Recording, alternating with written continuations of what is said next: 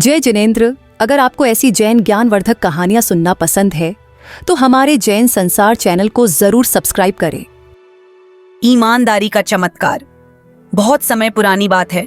किसी राज्य में एक राजा राज्य करता था। वह राजा न्यायप्रिय, प्रजापालक, कर्तव्यनिष्ठ आदि अनेक गुणों से संपन्न था। उसकी ईश्वर के प्रति दृढ़ आस्था थी।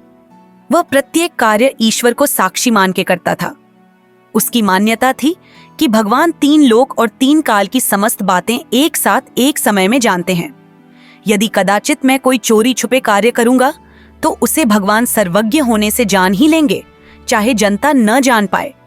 अतः वह नीतिपूर्वक ही राज्य करता। ऐसे योग्य राजा के दुर्भाग्य से कोई संतान न थी। वह चिंतित था कि इस राज्य का उत्तराधिकारी किसे चुने। यदि वह किसी को भी उत्तराधिकारी बना दे और कदाचित वह न्यायप्रिय, प्रजापालक और आस्तिक न हुआ तो समस्त जनता दुखी हो जाएगी। वह स्वयं निंदा का पात्र बन जाएगा। ऐसे विचारों से वह निरंतर चिंतित रहने लगा। वह वृद्ध भी हो चला था। उसे राज्य का भार भारी लगने लगा था। वह शीघ्र ही किसी को अपना उत्तराधिकारी बनाकर संन्यास लेना चाहता था। उसने मंत्रियों से सलाह ली किसे उत्तराधिकारी चुने। किसी ने राजा के निकटतम संबंधी को, किसी ने स्वयं को ही, किसी ने अपने पुत्र को, किसी ने अपने संबंधी को राजा बनाने की बात कही। राजा को किसी की बात पसंद न आई। राजा इस समस्या का हल खोजने के लिए कुछ न कुछ विचार करता रहता था। आखिर उसे एक दिन इस समस्या का हल मिल ही गया। राजा ने अपने समस्त राज्य में घोषणा करा दी कि जो भी राजा बनना चाहता हो वह अपना नाम 1 सप्ताह के अंदर भेज दे। 1 सप्ताह में सैकड़ों उम्मीदवारों के नाम राजा के पास पहुंच गए। राजा ने उन सबको आमंत्रित किया, उन सबकी परीक्षा ली। राजा ने सबको आधे आधे फुट की एक लकड़ी दे दी और कहा, तुम ऐसी जगह जाकर इस लकड़ी के 2 टुकड़े करके ले आओ जहां लकड़ी के टुकड़े करते हुए कोई न देखता हो। मैं इसी परीक्षा के आधार पर ही अपने उत्तराधिकारी का चयन करूंगा। सब लकड़ी को तोड़ने के लिए तितर बितर हो गए। कोई एकांत कमरे में जाकर, कोई कोने में जाकर, कोई एकदम शांत एकांत जगह जाकर लकड़ी को तोड़कर शीघ्र ले आए। सबने राजा को टुकड़े दिखा दिए, परंतु उन सब में एक व्यक्ति नहीं लौटा था। उसे काफी देर हो गई थी, सूर्यास्त भी होने वाला था, पर वह न लौटा। सबने राजा से निवेदन किया, राजा साहब, आप शीघ्र ही उत्तराधिकारी की घोषणा करो। राजा ने कहा, अभी एक व्यक्ति आना शेष है, उसके आ जाने पर ही घोषणा करूंगा। तब सब कहने लगे कि वह आता तो कभी का आ जाता, अब वह आएगा ही नहीं, आप तो घोषणा कर दो। राजा ने उनकी बात अस्वीकार कर दी और कहा, उसके आने पर ही घोषणा करूंगा। ऐसी चर्चा चल ही रही थी कि उसका आगमन हो गया। उसने राजा को वह लकड़ी बिना तोड़े ही ज्यों की त्यों वापस थमा दी। सबने आश्चर्य करते हुए उसकी हंसी उड़ाई। यह इतनी सी लकड़ी तो तोड़ न सका और राजा बनने चला है।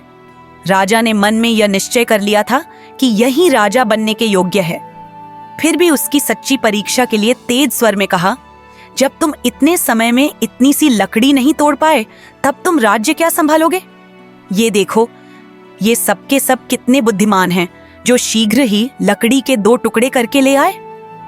उस व्यक्ति ने अत्यंत विनम्र शब्दों में कहा, हे राजा साहब, आपने यदि लकड़ी के 2 टुकड़े ही करने कहे होते तो मैं उसी क्षण करके दे देता, पर आपने यह कहा था कि इस लकड़ी के 2 टुकड़े ऐसी जगह जाकर करके लाओ जहां इसके टुकड़े करते हुए कोई भी न देखता हो।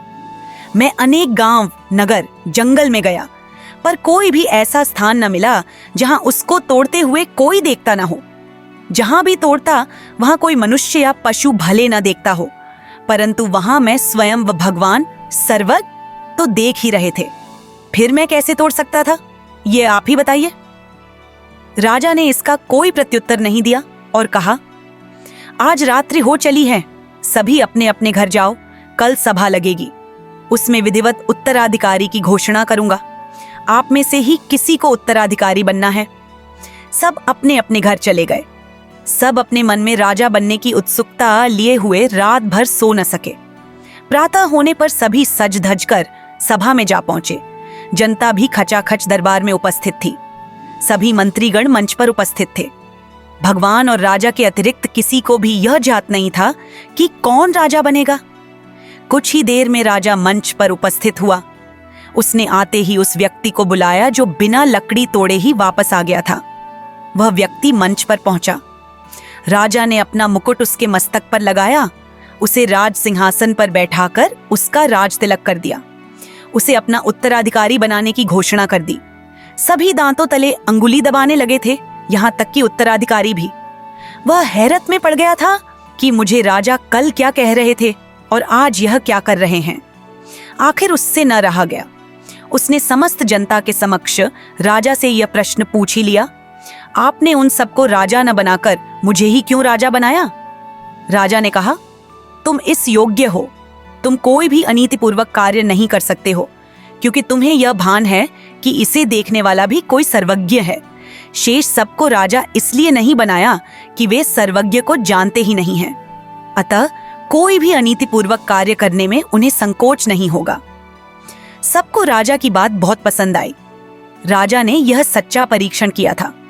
जनता ने राजा को साधुवाद दिया और नवीन राजा का अभिवादन कर उसे अपना राजा स्वीकार कर लिया। अब जनता को पूर्ववत ही प्रजापालक, आस्तिक राजा मिल गया था। समस्त जनता खुश थी। एक राज्य का राजा जैन था।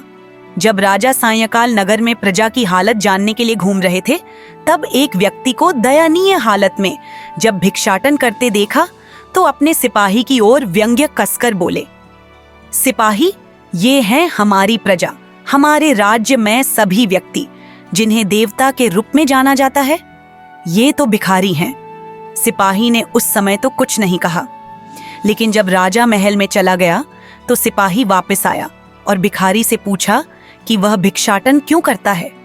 भिखारी ने कहा, मेरे पास धन, आभूषण, भूमि कुछ नहीं है और मैं ज्यादा शिक्षित भी नहीं हूं, इसलिए परिवार के पोषण हेतु भिक्षाटन मेरी मजबूरी है। सिपाही ने पूछा, भिक्षाटन से दिन में कितना प्राप्त हो जाता है? भिखारी ने जवाब दिया, 6 से 8 अशर्फियां यूं। सिपाही ने कहा, आपको यदि कुछ काम मिले तो क्या आप भिक्षा मांगना छोड़ देंगे? भिखारी ने पूछा, मुझे क्या करना होगा?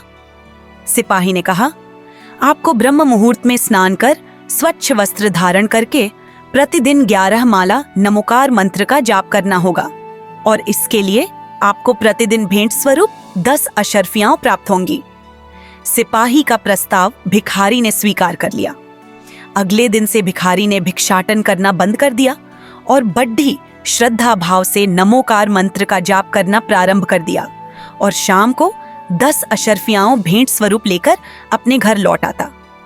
भिखारी की सच्ची श्रद्धा लग्न देखकर कुछ दिनों बाद सिपाही ने नमोकार मंत्र जाप की संख्या और अशर्फियों की संख्या दोनों ही बढ़ा दी। अब तो नमोकार मंत्र की शक्ति के प्रभाव से भिखारी को भूख, प्यास व शारीरिक व्याधि की तनिक भी चिंता नहीं रही। नमोकार मंत्र जाप के कारण उसके चेहरे पर तेज झलकने लगा। लोगों का ध्यान भिखारी की ओर आकर्षित होने लगा। दर्शनाभिलाषी उनके दर्शन कर मिठाई, फल, पैसे, कपड़े चढ़ाने लगे। अब तो उसे सिपाही से प्राप्त होने वाली अशर्फियों की भी आवश्यकता नहीं रही। यहाँ तक कि अब तो भिखारी को श्रद्धा पूर्वक चढ़ाई गई वस्तुओं का भी कोई आकर्षण नहीं रहा। बस वह सदैव मन से नमोकार जाप में लीन रहने लगा। भिखारी के नित्य नमोकार जप की खबर चारों ओर फैलने लगी। दूर दराज से श्रद्धालु दर्शन करने आने लगे। भक्तों ने भिखारी की तपस्थली में मंदिर व आश्रम का निर्माण करा दिया। भिखारी के तप की प्रसिद्धि की खबर राजा को भी मिली। राजा ने भी दर्शन हेतु जाने का फैसला लिया और वह शाही तोहफे लेकर राजसी ठाट बाट में सिपाही के साथ भिखारी से मिलने चल पड़े। वहां पहुंचकर शाही भेंटें अर्पण कर भिखारी को प्रणाम किया। ऐसे तेजोमय भिखारी अब संत के जैसे लग रहा था और दर्शनों से हर्षित हृदय सहित राजा के साथ बाहर आ गए। तब सिपाही ने पूछा, क्या आप इस संत को जानते हैं? राजा ने कहा, नहीं सिपाही, मैं तो इससे आज पहली बार मिला हूं। फिर सिपाही ने कहा, महाराज, आप इसे अच्छी तरह से जानते हो। ये वही भिखारी है जिस पर आपने व्यंग्य कसकर कहा था कि ये हैं हमारी प्रजा, जिन्हें ब्रह्म देवता कहा जाता है। आज आप स्वयं उसी भिखारी के पैरों में शीश नवाकर आए हैं। राजा के आश्चर्य की सीमा नहीं रही। सिपाही से पूछा, लेकिन यह इतना बड़ा बदलाव कैसे हुआ? सिपाही ने कहा, महाराज, वह मूल रूप में वही भिखारी ही है। परिस्थितिवश वह अपने धर्म की सच्चाई शक्तियों से दूर था। धर्म के एक नमोकार मंत्र ने भिखारी को साक्षात संत बना दिया और कैसे राजा को चरणों में गिरने के लिए विवश कर दिया। क्योंकि भिखारी आसन और तप से दूर रहकर जी रहे हैं, इसीलिए पीड़ित हैं। वर्तमान में आवश्यकता है कि सभी व्यक्ति पुनः अपने कर्म से जुड़ें, अपने संस्कारों को जानें और मानें। मूल ब्रह्म रूप में जो विलीन होने की क्षमता रखता है, वही व्यक्ति महान है। यदि व्यक्ति अपने कर्म पथ पर दृढ़ता से चले तो देव शक्तियां उसके साथ चल पड़ती हैं। यदि आपका मन शांत नहीं है तो हिमालय की शांति भी आपके जीवन को अशांत करने वाली प्रतीत होगी। अशांति कहीं और से नहीं आती, भीतर से आती है। इसका जन्मदाता आपका मन ही है। जिसने मन को साध लिया वही तो साधु है। निरंतर अभ्यास से इस मन को नियंत्रित किया जा सकता है। जो भीतर शांत है उसके लिए बाहर भी सर्वत्र शांति ही है। जिसका मन वश में नहीं है वही तो विवश है। मन न तो कभी तृप्त होता है और न ही एक क्षण के लिए शांत बैठता है। यह अभाव और दुह की ओर बार बार ध्यान आकर्षित कराता रहता है।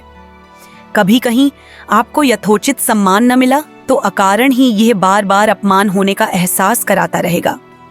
मन सदैव अहम का पोषण चाहता है, क्योंकि जहां मनुष्य के अहम को ठेस पहुंचती है वहीं मन दुखी हो जाता है। मन को साध लेना ही जीवन की साधना है।